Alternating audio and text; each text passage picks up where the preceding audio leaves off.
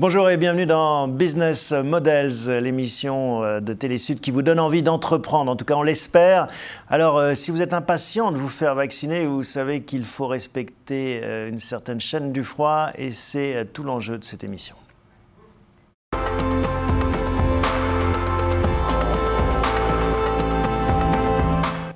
Bonjour Adrien. Bonjour. Bienvenue dans Business Models. Vous êtes le cofondateur de Couvea. On va parler de ce que vous faites dans quelques instants. En quelques mots, ce sont des capteurs qui permettent de vérifier que la chaîne du froid n'est pas rompue. Et on voit bien que c'est des enjeux importants par les temps qui courent. Alors, ce n'était pas prévu quand vous aviez lancé cette entreprise, mais en effet, le froid est un enjeu clé pour la pérennité des vaccins. Exactement. On peut carrément le montrer. Voilà le dispositif en question. Ce sont ces petits enregistreurs de température miniaturisés et connectés. Qu'on a créé donc depuis 2015, commercialisé depuis 2018 et qui, avec l'actualité, sont de plus en plus sollicités pour moins 70 degrés pour le vaccin de Pfizer, moins 20 pour Moderna, je crois, et les autres aussi, ils doivent rester au froid. Enfin, toute l'industrie du vaccin repose aussi sur une chaîne du froid. C'est assez complexe, oui. Il faut savoir qu'aujourd'hui, il y a une explosion des biotechnologies. Donc, en dehors des vaccins, un médicament sur 2 qui arrive sur le marché à ce jour est thermosensible. Donc, c'est des produits injectables et donc ils vont nécessiter du stockage frigo, donc de 8 degrés, des fois sur du grand froid, comme les vaccins Pfizer qui font beaucoup parler d'eux. Mais en tout cas, il est nécessaire pour chacun de ces produits de bien suivre la température. Car sinon, on a des produits qu'on va venir dégrader, qui vont perdre en efficacité, voire plus être efficaces du tout, ce qui était très dangereux, et voire même, c'est prouvé aujourd'hui que ça vient accentuer des effets secondaires plus ou moins graves, et donc avoir des produits qui deviennent dangereux. Donc j'imagine que vous êtes très sollicité en ce moment, qu'on vous appelle de toutes parts pour équiper les congélateurs, c'est ça ? C'est ça, c'est très varié. Donc notre solution, elle est destinée aussi bien au stockage qu'au transport. Donc on est appelé tous les jours par des hôpitaux, par tous les acteurs des campagnes de vaccination en ce moment, mais aussi des transporteurs spécialisés, des distributeurs de produits de santé.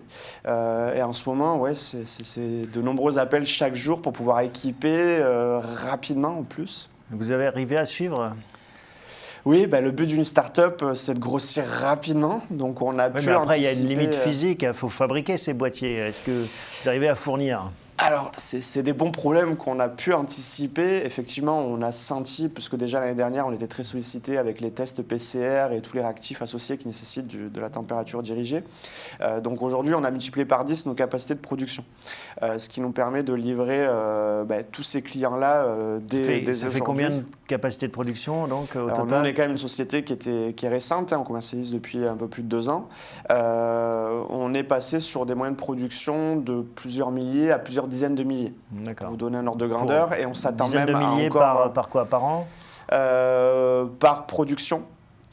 Donc aujourd'hui, on va être aux alentours entre 10 000 et 50 000 équipements de suivi de température que nous allons déployer. Et ces chiffres peuvent encore augmenter au vu des sollicitations qu'on a tous les jours. Alors vous aviez déjà une expérience dans le domaine des virus, puisque vous travaillez en Afrique sur Ebola notamment, sur la chaîne pour accompagner les vaccins. C'est exact. On est plutôt focus initialement sur le marché français, mais par opportunité, on a été très vite sollicité par le marché africain. Donc on travaille depuis l'année dernière, un peu plus d'1 an maintenant, avec une grosse ONG américaine. Il y a un vaccin pour Ebola ou qui est en phase d'essai clinique. Donc un peu au même stade que le vaccin Covid. Donc c'est vrai que c'est un enjeu critique au vu du nombre de morts chaque année en Afrique. On en parle peut-être un petit peu moins en ce moment avec le Covid, mais c'est un enjeu important. Et donc depuis 1 an, pour cette ONG, on s'occupe de sécuriser la température de toute la logistique de ces vaccins. D'accord. On travaille notamment sur la République du Congo avec cette ONG. Donc les vaccins arrivent sur la capitale et sont ensuite dispatchés sur tous les sites. Parce que c'est des enjeux qui vont bien au-delà de l'univers médical. La chaîne du froid, c'est aussi valable pour l'alimentaire, par exemple. Oui, alors aujourd'hui, 60% de notre activité, c'est du médical. C'est là où ça a démarré. Et pareil, par opportunité, beaucoup d'industriels alimentaires nous ont sollicité. Ça représente 40% donc, de notre activité. Plutôt la grande distribution, Ensuite, la distribution, tous les transporteurs de produits alimentaires. Et de plus en plus, la fin du circuit, à savoir la restauration, qui est aussi très impactée par ces normes qui leur obligent de prouver les bonnes températures des aliments. Bon, on va voir ensemble pourquoi ce marché du froid intéresse des entrepreneurs comme vous.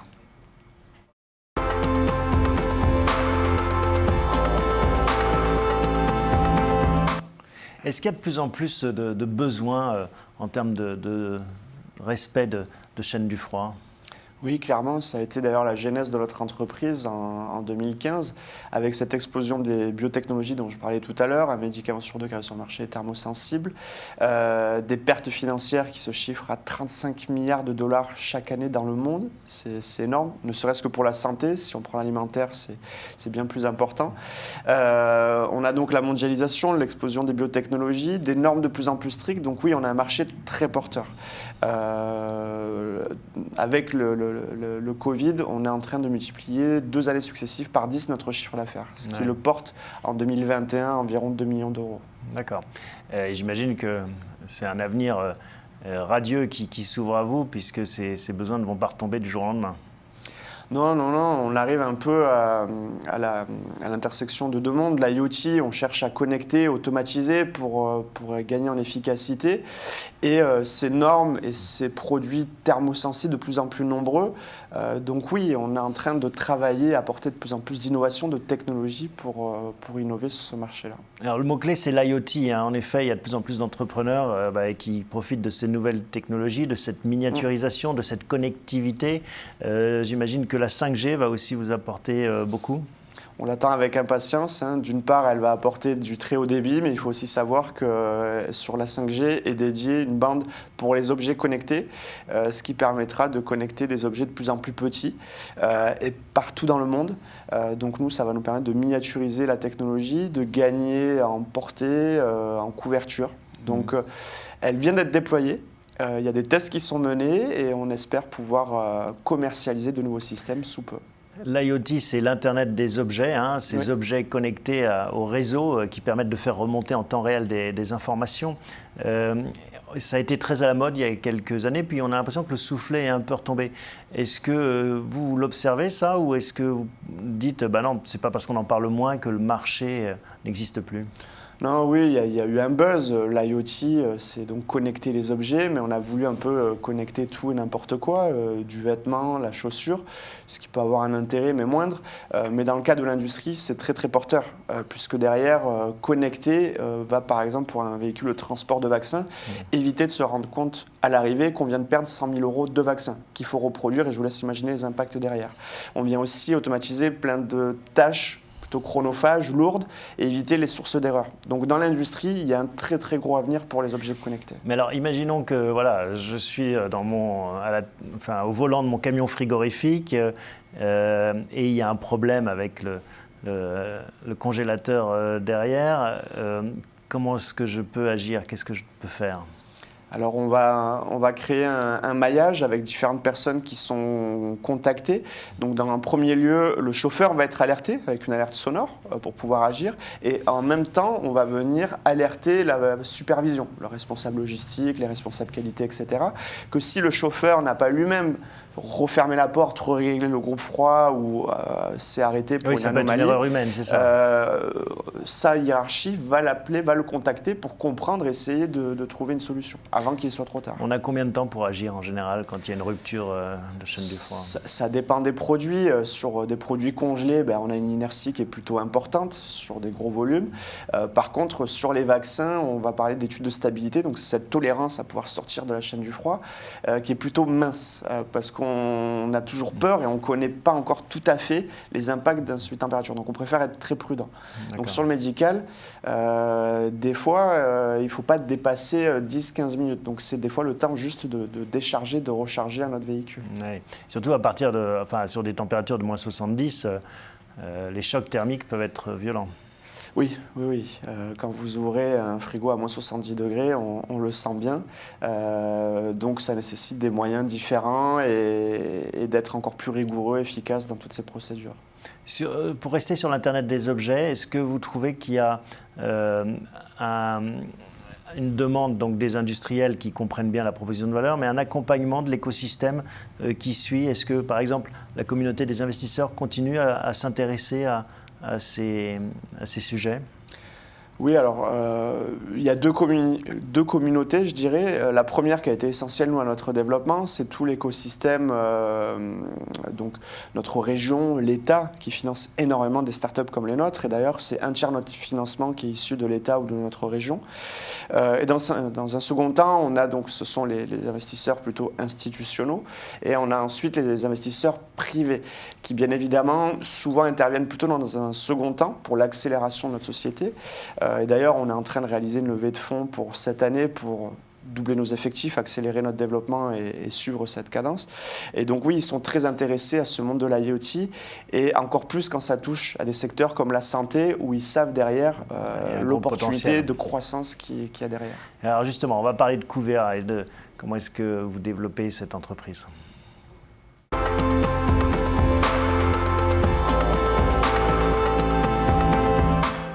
Alors avant de voir comment est-ce que vous voulez développer le plus loin possible, j'imagine, Couvea, on va revenir peut-être sur sa genèse. Comment est-ce qu'est née cette entreprise ? 2015, c'est le démarrage ? C'est ça, c'était l'idée, la première présentation soutenue devant différents comités pour il n'y avait pas de Covid à l'époque, on était en 2015.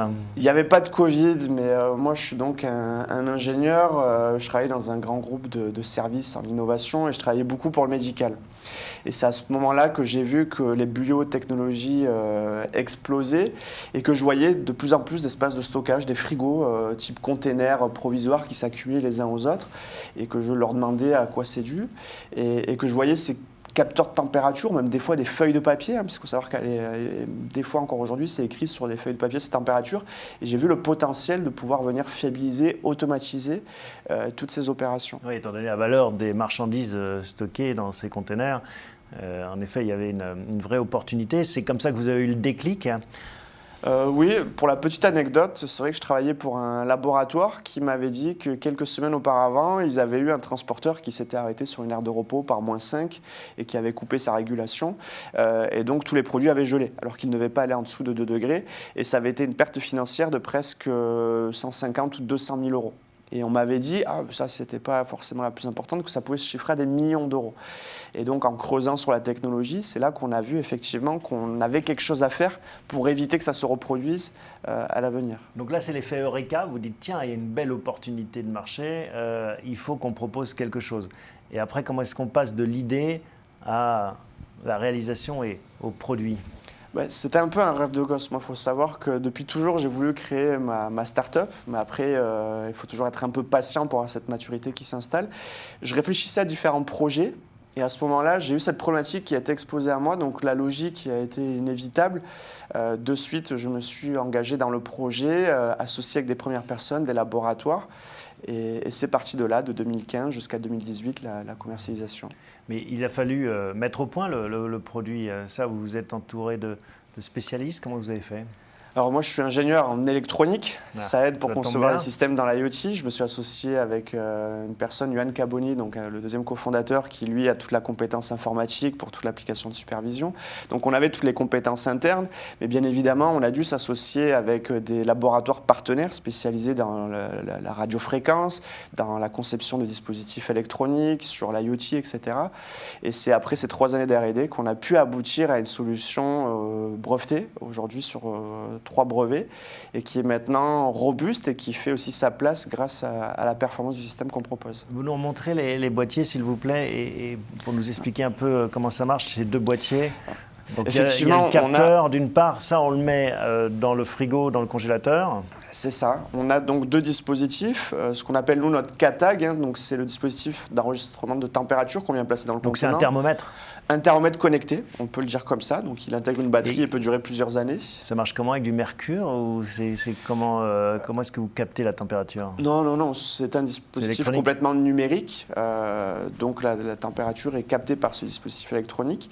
On place ce dispositif dans des contenants mobiles, type des transports camions ou dans des frigos frigo, des chambres froides ou donc frigo fixe. Et donc ces dispositifs vont venir émettre vers une gateway donc qui va faire office de balise relais. Et donc ce dispositif c'est comme une box internet un peu. Hein. C'est comme une box internet, exactement. On la place à proximité des traceurs, donc dans les espaces de stockage, dans un véhicule en cabine, raccordé électriquement, même si le dispositif fonctionne sur batterie en cas de coupure électrique, parce que c'est quand même la première cause de rupture de chaîne du froid. Et toutes ces données, par l'IoT, donc 5G, 4G, 3G, 2G, les données vont remonter automatiquement sur les serveurs. Et peu importe où se trouve le système, en France ou dans n'importe quel pays du monde, même dans des déserts africains où on ne s'en rend pas compte, on est couvert aujourd'hui par toutes ces antennes cellulaires. Et sur un boîtier comme ça, on peut connecter combien de tags, combien de capteurs? Eh bien, vous faisiez l'analogie de la box Internet, c'est la même chose. C'est-à-dire qu'on peut mettre autant de capteurs qu'on le veut. On va dire que passer une centaine d'équipements, on va créer un goulot d'étranglement. Donc on va avoir une latence dans le débit, mais on va venir rajouter des gateways supplémentaires pour augmenter le débit. Et donc toutes ces informations remontent sur un tableau de bord et ça permet à l'entreprise qui a des marchandises en jeu de suivre en temps réel les courbes de température et éventuellement des alarmes. C'est ça la dernière pièce maîtresse de la solution, c'est notre application de supervision web sur laquelle nos utilisateurs se connectent en quelques clics. Et à distance, en temps réel, on voit les courbes de température et dès qu'il y a des anomalies par rapport aux seuils qui sont configurés, on va alerter par mail, par SMS, par des appels téléphoniques toutes les personnes nécessaires, chauffeurs, superviseurs, etc. L'émission s'appelle Business Models. Comment est-ce que vous gagnez de l'argent ? Alors, notre modèle économique repose, je vous disais que je travaillais dans le monde du service. On a pris conscience que les gens ne recherchaient plus du produit sur étagère complexe à déployer, mais une solution clé en main et donc un service. Et donc, nous avons voulu nous différencier en proposant notre solution sous la forme d'un abonnement tout en un. Donc aujourd'hui, notre solution, par exemple, ce kit-là, pour équiper une pharmacie, on va prendre le cas d'utilisation le plus simple, ça va revenir à 23 € par mois. En fait, c'est vraiment très proche aussi du business model du boîtier Internet, du coup. On se rapproche beaucoup plus du business model d'un opérateur téléphonique, comme les Orange, les SFR, effectivement, qu'un fabricant de boîtiers. Donc 23 € par mois pour une pharmacie. Et pour des enjeux plus importants, voilà, c'est crescendo, c'est en fonction du nombre de boîtiers, comment ça marche ? C'est ça, entre 20 et une trentaine d'euros en fonction du type d'option, puisqu'il y a de la configuration possible derrière sur notre solution, à multiplier par le nombre de véhicules. Mais c'est vrai que ce modèle économique permet de ne pas avoir de gros investissements de départ, de pas avoir de coûts cachés non plus, parce qu'il faut savoir derrière qu'il y a de la maintenance, des mises à jour, de la formation pour aider nos clients, et tout ça est inclus dans notre abonnement, ce qui permet de sécuriser les projets et de permettre à nos clients de se concentrer sur leur cœur d'activité, qui est par exemple le transport de vaccins, et non pas de passer des demi-journées, des journées entières à étalonner, reconfigurer du matériel sous température. Quelles sont les ambitions pour Couvea ? Jusqu'où vous voulez aller ? On n'a pas de limite, mais en tout cas, on y va étape par étape. Vous êtes basé à Montpellier, on est basé à Montpellier, dans le sud de la France. Ouais, il y a beaucoup d'innovations médicales dans cette région. On a une région qui est très portée sur le médical. Notre ambition, c'est de se développer sur le marché national, mais c'est vrai qu'on a un peu brûlé des étapes, puisque très rapidement, on commence à se développer sur le marché européen et même mondial, avec déjà une forte présence sur le marché africain. Donc nous, notre ambition sur 2021, c'est de venir supporter cette croissance, donc en doublant nos effectifs. Aujourd'hui, on est 12, on va passer à 25 collaborateurs avec cette levée de fonds. Mais on pense déjà à 2022, 2023, où on estime qu'on va chaque année doubler nos effectifs et aussi doubler notre chiffre d'affaires, donc atteindre les 10 millions d'euros d'ici 2024-2025. Il y a beaucoup de concurrence sur ce marché ? Oui, alors, dès qu'on a un marché très porteur, on a beaucoup de concurrence. Si vous n'avez pas de concurrence, je pense qu'il faut se poser des questions. Oui, sur le marché. La question aujourd'hui, c'est plutôt qu'est-ce qui nous différencie de ces concurrents. Et alors, si je vous la pose Et donc, quand on nous la pose, c'est ce que je vous ai dit, c'est qu'il y avait beaucoup de solutions de suivi de température, mais qui étaient trop complexes. Filaires, pas sur batterie, du coup, coupure d'électricité, on perdait le signal. Beaucoup d'heures pour passer à installer le système. Donc, nous, on a compris que l'avenir était de proposer un service tout en un simplifié. Donc notre solution, elle se déploie en 5 minutes, elle est à la portée de tous. Un seul appui-bouton, comme je l'ai fait tout à l'heure, permet de connecter tous les sondes placés à proximité. Et en 5 minutes, on prend aussi en main notre application de supervision web. Bon, on va voir Adrien, ce qui vous anime au quotidien en tant qu'entrepreneur.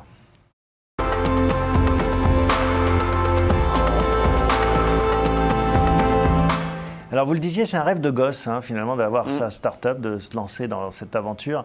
Et puis entre le moment où ce rêve devient réalité, il se passe un peu de temps. Pourquoi? Parce qu'on se dit, il faut que je sois sûr de moi, il faut que j'ai l'opportunité, il faut que je me jette à l'eau. Il n'y a pas de règles. On me pose souvent la question, quelles sont les bonnes pratiques pour créer une entreprise? Il n'y a pas de règles. Moi, en tout cas, les conseils que je peux donner, c'est pas être trop pressé. Parce qu'on a souvent cette envie dès qu'on sort de l'école d'ingénieur, de l'école de commerce. Mais je pense qu'on a besoin de gagner en maturité, d'apprendre sur le marché, sur le tas. Moi, j'ai 31 ans. D'accord. Donc vous avez créé l'entreprise à 26, 27 ans? Je l'ai créée à 26 ans, c'est ça. Et c'est vrai que moi j'ai commencé, donc j'ai été diplômé en 2012, donc c'est écoulé un peu plus de 3 ans. Et c'est pendant ces 3 ans que j'ai pu découvrir l'industrie, monter en compétences. Et c'est vrai qu'en 2015, quand on lançait le projet, c'était pas la même chose. Il faut aussi mettre en place des dispositifs de financement. Et ça, quand on sort de l'école, c'est assez compliqué. Vous avez appris quoi depuis ces 5 dernières années? On apprend tous les jours et on continuera d'apprendre. Mais des leçons qui vous ont marqué, par exemple? Des leçons, faut savoir que créer son entreprise, ce n'est pas un long fleuve tranquille. Il y a beaucoup d'échecs, mais il faut ces échecs et il ne faut pas avoir peur de se tromper pour avancer. Donc on a changé plusieurs fois notre façon d'adresser notre marché. Notre solution technologique a beaucoup évolué. On a changé plusieurs fois de technologie, mais il a fallu faire ces essais pour avancer. Et le conseil que je peux donner, c'est oser. Si on a cette envie, aujourd'hui on est quand même très aidé, on ne peut pas mieux rêver aujourd'hui pour lancer son entreprise, et il ne faut pas avoir peur de se tromper. Et quand on a, alors je ne sais pas si le terme est approprié, la chance de rencontrer une crise sanitaire qui fait que votre solution est demandée de façon exponentielle, il faut garder la tête froide, sans jeu de mots, il faut rester aussi serein en se disant, voilà, il faut qu'on arrive à grossir de façon structurée. Alors, moi, on m'appelle plutôt la force tranquille. C'est vrai que j'ai plutôt tendance à réfléchir. Donc, effectivement, dès qu'il y a eu ce facteur de croissance, on l'a anticipé, on a réfléchi à comment gérer la croissance. Donc, effectivement, il ne faut pas s'emballer à de suite lancer de gros approvisionnements qui peuvent ensuite rester sur le dos, à faire des choix technologiques qui ne seraient pas adaptés. Donc, on anticipe et on avance prudemment, prendre les bonnes décisions et pour que le marché et la solution technologique qu'on propose matchent bien. On appelle cette émission Business Models parce qu'on aime bien demander à nos invités quelles sont les figures qui vous inspirent dans votre vie d'entrepreneur. Est-ce qu'il y en a? J'ai des modèles.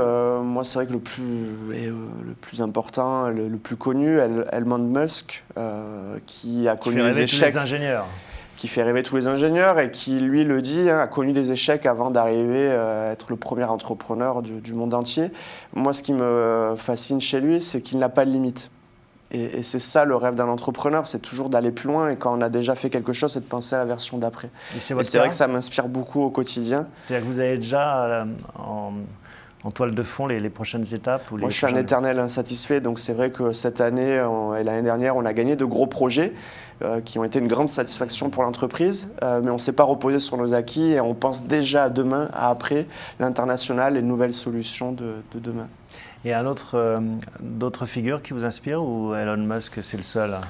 Des gens moins connus, mais il faut savoir que moi j'ai travaillé dans un écosystème où j'ai été entouré de beaucoup de chefs d'entreprise et j'ai pu piocher dans tous ces chefs d'entreprise toutes leurs réussites, toutes leurs bonnes pratiques et je pense que c'est grâce à eux que je dois le succès de Couvea. Et vous continuez à discuter avec eux, avoir des mentors, avoir des gens qui vous aident quand vous avez des interrogations? Oui, clairement. On est toujours très proches, on a toujours cet écosystème avec beaucoup de réseaux, d'organisations qui nous permettent de rencontrer ces gens-là et de partager les succès, les échecs pour être encore plus efficace dans le développement de notre entreprise. Ouais, c'est important, on ne réussit pas tout seul dans la vie. Non. Seul, on ne fait rien et aujourd'hui, notre succès, c'est grâce à nos 12 collaborateurs et chaque personne est très importante.